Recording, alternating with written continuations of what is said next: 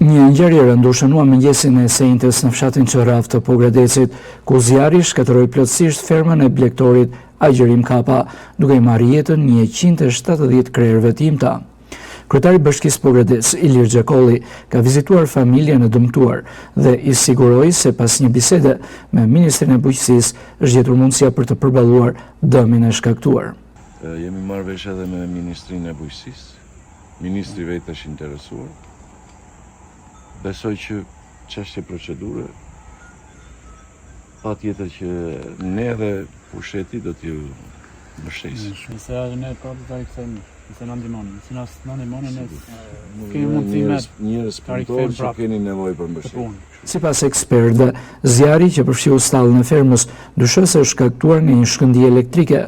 Ndërhyrja e zjarrfiksëve ka qenë e pamundur për shkak se mungoi njoftimi për zjarrin, pasi as vetë pronarët nuk ndodheshin në stallë. Babë e birë, cilët e kishin ndërtuar fermën me vite pune, tashmë presin ndihmën për të rifilluar aktivitetin e tyre blegtoral.